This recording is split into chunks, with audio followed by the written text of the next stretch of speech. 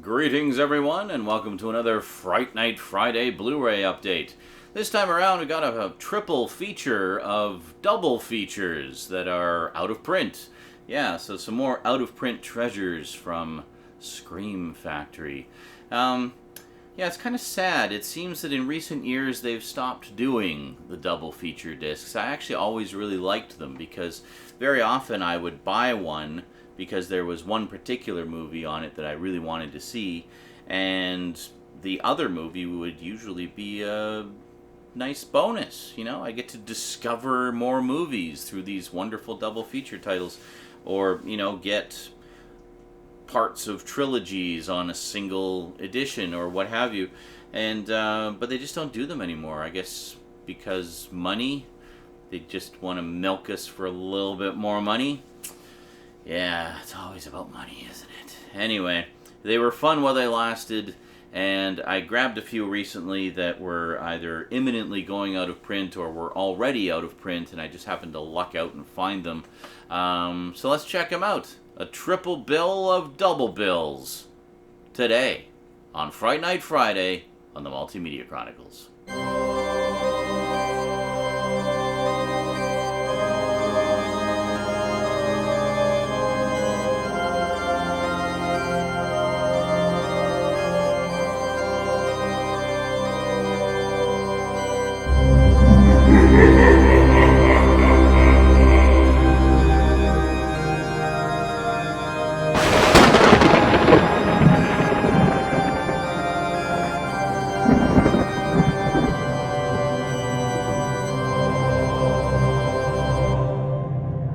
Welcome back. Okay, so first up, we have a pair of sci-fi horror thrillers with Species 3 and Species 4, The Awakening. I've actually never seen any of the Species sequels. I've heard that these ones are terrible. But I don't care. I want them anyway. I heard the second one's pretty good. Sadly, I missed out on the second one. Scream Factory actually put out all four of them. I didn't get the collector's edition of the first one because I actually have the old MGM release, and I was quite happy with that. It actually was a decent transfer and, you know, had some nice extras on it. I might still grab the collector's edition, the Scream Factory one, if I find it for a decent price, but it's not a high priority.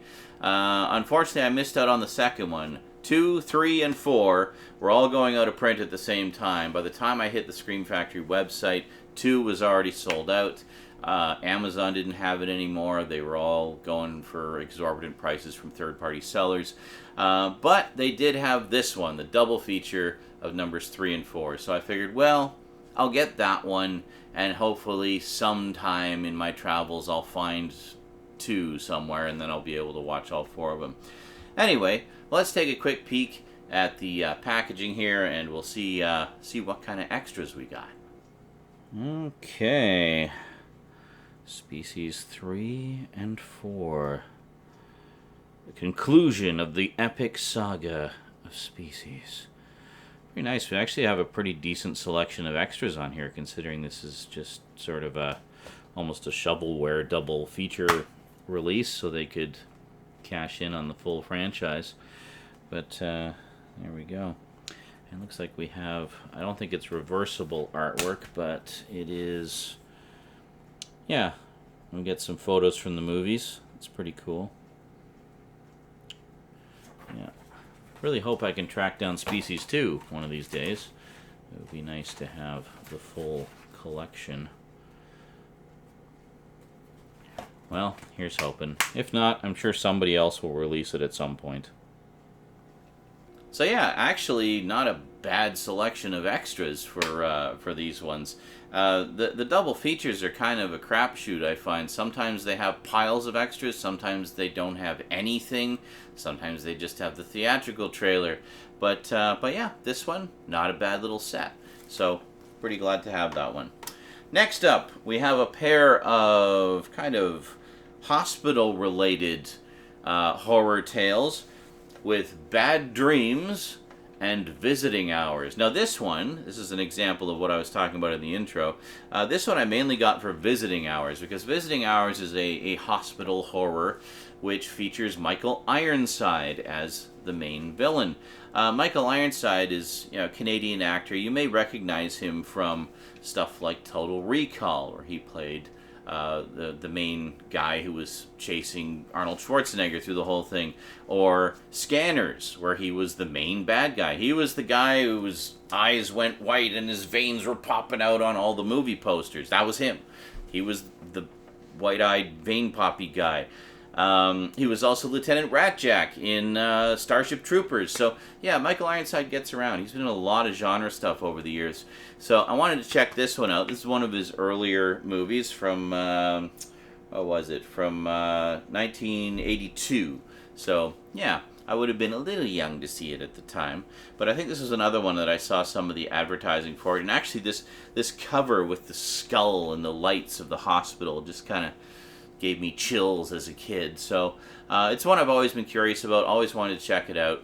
The Blu-ray was going out of print, and as with most Scream Factory titles, when they're going out of print and they have them on their going out of print soon page, it was on sale, so I got it on sale.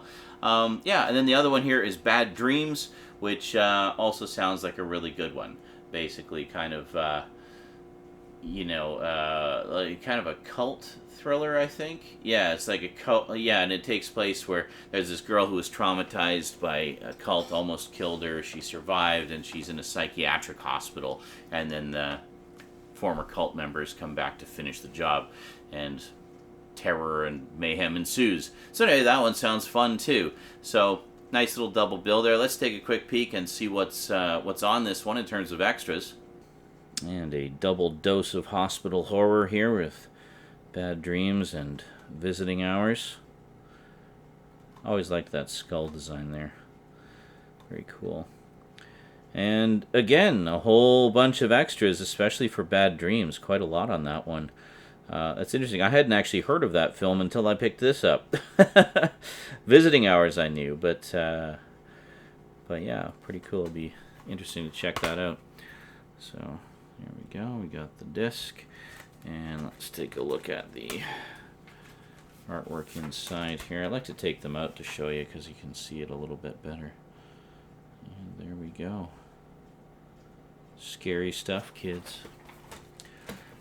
Always liked Michael Ironside as a villain. He has this sort of menace about him that just works really well. Anyway, there you go. Yeah, so this one's actually pretty loaded, especially Bad Dreams. I'd say, actually, Bad Dreams has enough extras, they could have almost released it as a standalone collector's edition. Kind of wonder why they didn't. But at the same time, kind of glad they didn't, because this was pretty affordable. That was one of the things I always liked about these double features, actually, was they tended to be really affordable. I remember when HMV was still here in Canada, they almost always had these double features and the non-collector's edition Scream Factories on their 2 for $20 rack. I mean, you wonder why I used to buy a lot of these? That's why, because they were cheap. And it was a way to, experience a lot of new movies and get, some old cult favorites and whatnot.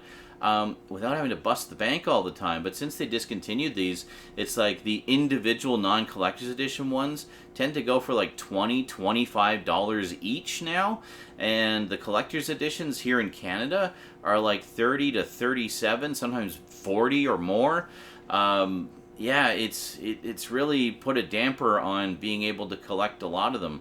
So I've had to be a little more selective, take advantage of the sales and stuff like that.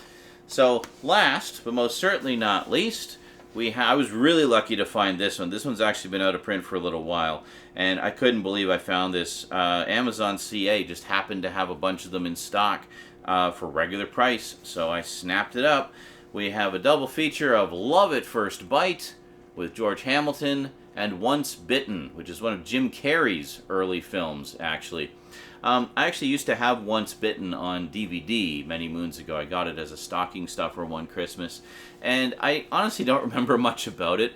I vaguely remember it being not even a vehicle film for Jim Carrey, because he was still just kind of starting out at the time, and it just kind of seemed like a typical teen supernatural comedy type movie, and he was just, there wasn't a lot of opportunity for him to be Jim Carrey, like to do his style of humor and such.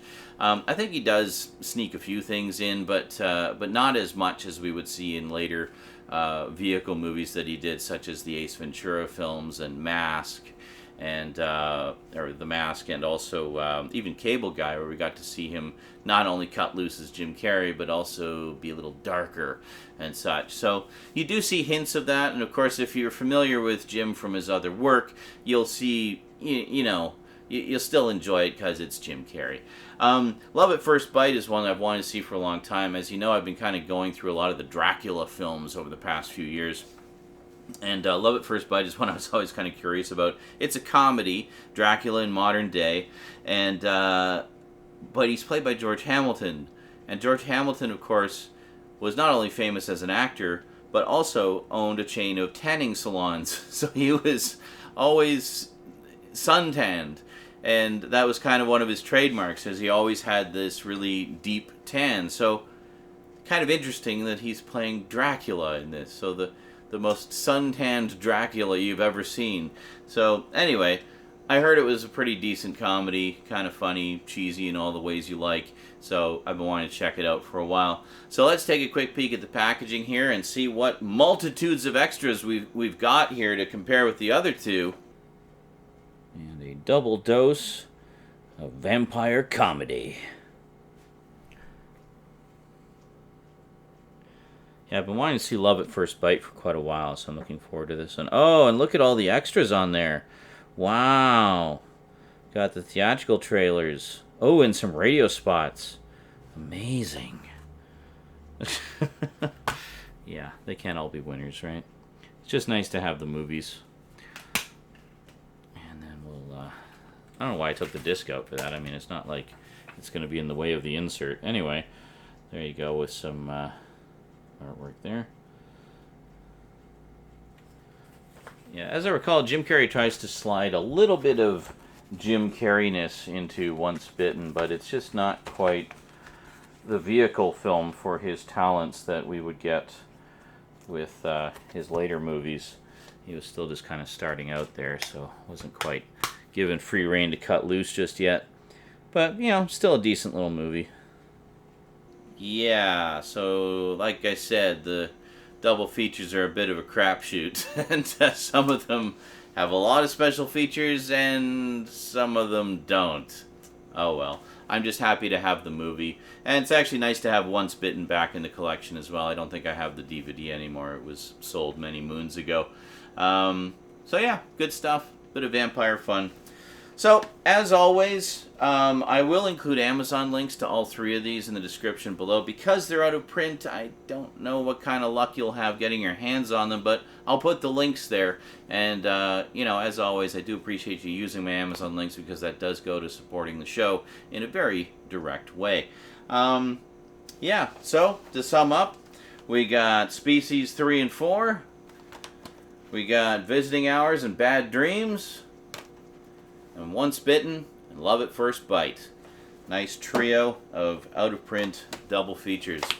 Alrighty, that is it from me to you for now. So until next time, thanks very much for watching. Big thanks to my Patreon sponsors. Be sure to catch me on Twitch. I stream just about every day.